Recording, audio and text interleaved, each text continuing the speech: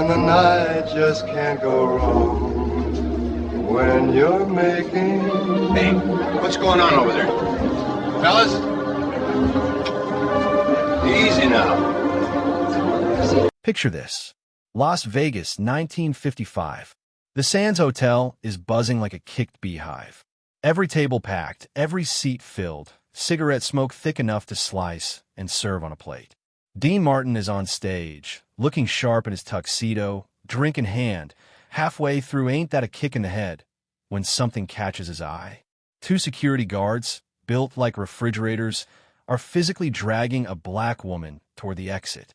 She's not screaming, not fighting, just trying to maintain her dignity while these gorillas haul her out like yesterday's trash. And Dean, cool as ever, stops singing mid-verse. Just stops. The band plays on for maybe 3 seconds before they realize their headliner has gone silent, and one by one the instruments drop out until there's nothing but confused silence and 500 people wondering what the hell just happened. Now most performers, they'd keep singing. They'd pretend they didn't see it. They'd let management handle it and collect their paycheck at the end of the night. But Dean Martin wasn't most performers. And what happened next would become one of those stories that separates the guys who talk about principles from the guys who actually have them.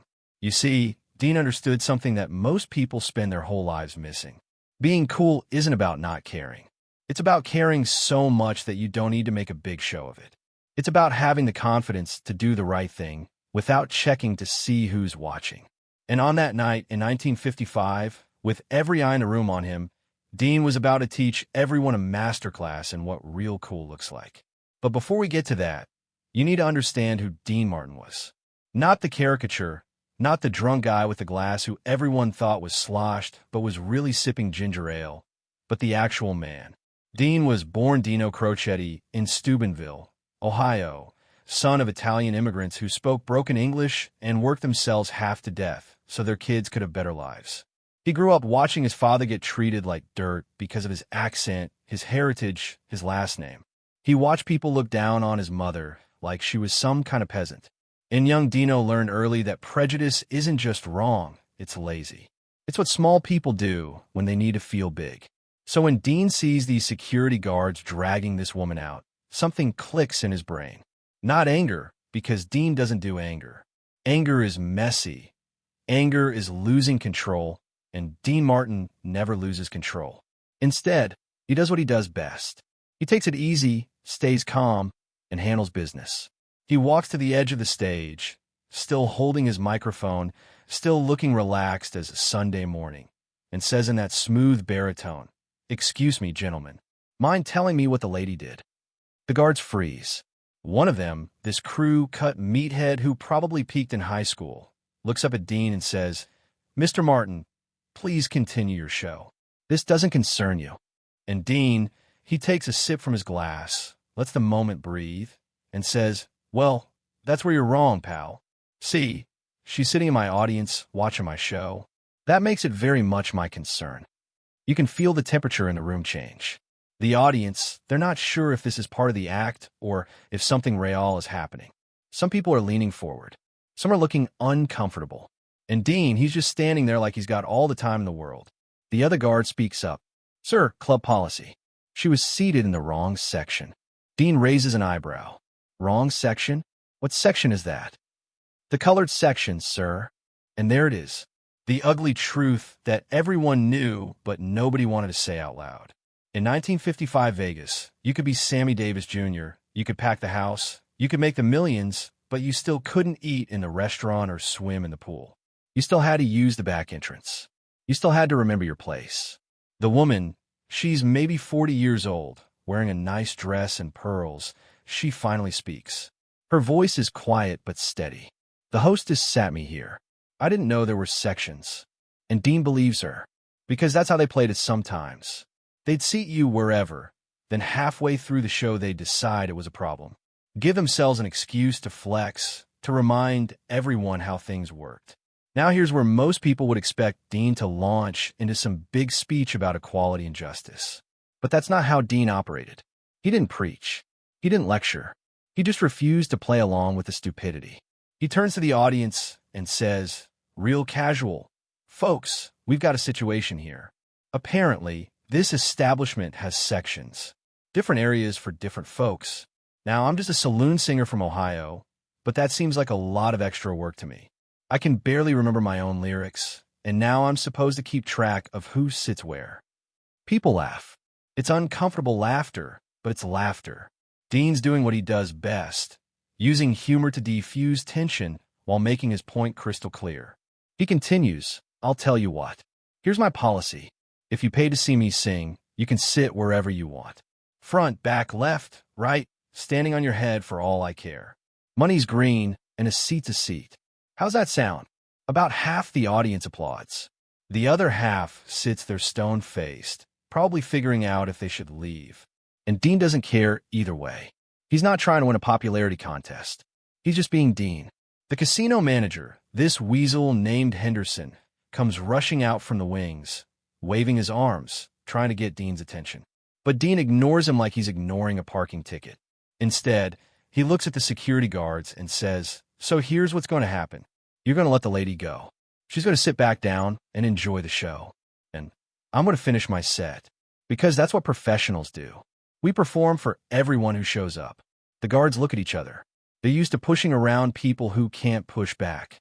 But Dean Martin, the headliner, the guy packing this joint every night, that's a different calculation. Finally, they let go. The woman straightens her dress, holds her head high, and walks back to her table. The audience, at least the decent portion of it, erupts in applause.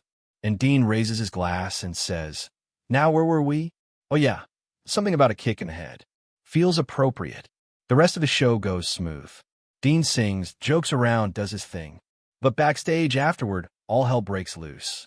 Henderson is screaming about contracts and lawsuits. And who does Dean think he is?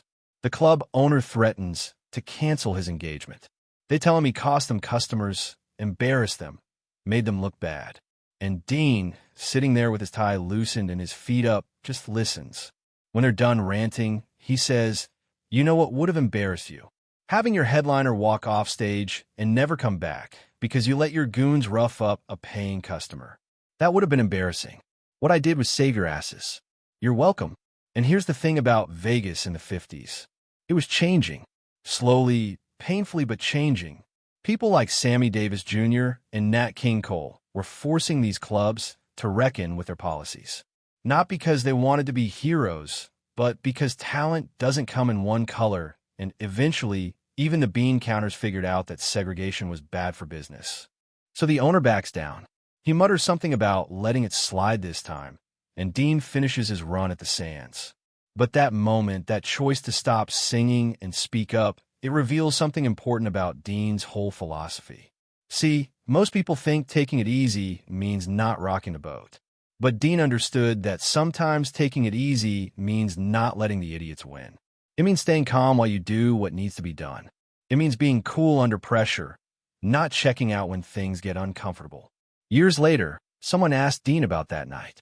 They said, weren't you worried about your career? Weren't you scared they'd blacklist you? And Dean laughed and said, scared of what? Scared of doing the right thing? If that's enough to end your career, you didn't have much of a career to begin with. That's pure Dean Martin philosophy right there. Don't waste energy worrying about things that don't matter. Don't stress about what other people think. Just be yourself, do what's right, and let the chips fall where they may. Now let's talk about what happened after. The woman Dean stood up for, her name was Dorothy Williams. She was a school teacher from Los Angeles, in town with her husband, who was stationed at Nellis Air Force Base. They'd saved for months to see Dean's show, and when those guards grabbed her, she figured that was it. That's just how things were. Nobody with power was going to risk anything for her. But Dean did, and 20 years later, Dorothy told a reporter that night changed her life. Not because Dean saved her, that's not the point, but because it showed her that allies existed, that not everyone was complicit, that some people would risk something to do right, and that gave her courage in her own life to stand up, to speak out, to demand better. That's the ripple effect of doing the right thing. You never know who's watching. You never know who's taking strength from your example. Dean wasn't trying to start a movement. He was just being decent. But decency is contagious. Here's what you need to understand about the Dean Martin approach to life. It's not about being passive. It's not about letting things slide, because confrontation is uncomfortable. Taking it easy means you don't let anger control you. It means you stay relaxed while you handle business. It means you can stand up for what's right without making yourself the hero of the story. Dorothy was the hero that night. She was the one who walked back to her seat with her head high. She was the one who refused to be diminished. Dean just gave her the space to do that. And that's what real power looks like. It creates space for people who don't have it. After the Sands incident, Dean made it a point to pay attention.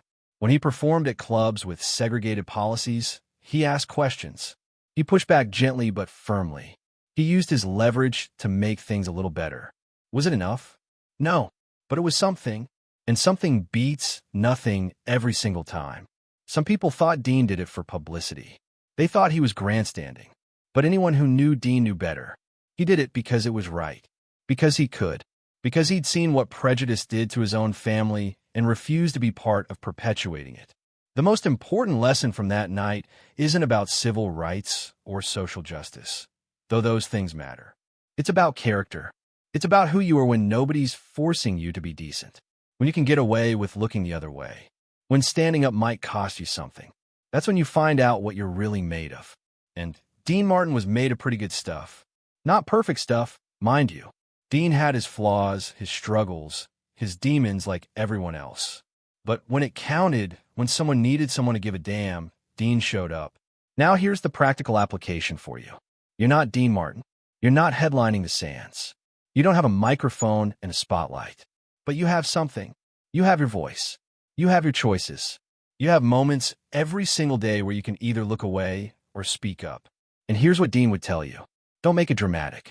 Don't make yourself the hero. Just quietly, calmly refuse to participate in cruelty. That's it. That's the whole secret. Be cool, but be courageous. Stay relaxed, but stay human. Don't let fear or convenience stop you from doing what you know is right. Because at the end of the day, the only thing that really matters is whether you can look in the mirror and like what you see. Dean Martin died in 1995, and thousands of people showed up to pay their respects. Not just celebrities and fellow performers, but regular people whose lives he'd touched in small ways. Dorothy Williams was one of them. She was 70 years old by then, but she remembered that night at the Sands like it happened yesterday. She told a reporter, "Dean Martin gave me my dignity back when two men tried to take it away. And he did it without making a fuss, without making me feel small. He just did what was right and moved on. That's class." And she's right. That is class. Real class isn't about what you wear or how much money you have. It's about how you treat people when nobody's keeping score. It's about standing up without showing off. It's about being powerful enough to be kind. So here's your assignment. Next time you see something wrong, something unfair, something that makes your stomach turn, don't look away. Don't tell yourself it's not your business. Channel your inner Dean Martin. Stay calm, stay cool, but speak up. Use humor if it helps. Be gentle but firm. And don't worry about being perfect. Dean wasn't perfect. He was just willing to try. That's all any of us can do. Take it easy, but take a stand. Stay cool, but stay human. Live your life with enough confidence that you don't need everyone's approval. And never forget that money's green and a seat's a seat. Everyone deserves to sit down and enjoy the show. Now go out there and be cool. Comment below what part of Dean's story hit you the hardest. Hit that subscribe button if you want more stories about people who did the right thing without making a big deal about it. And remember, the worst thing that happens if you speak up is you might lose some fake friends. And pal, those aren't the kind of friends Dean would keep around anyway. Take it easy.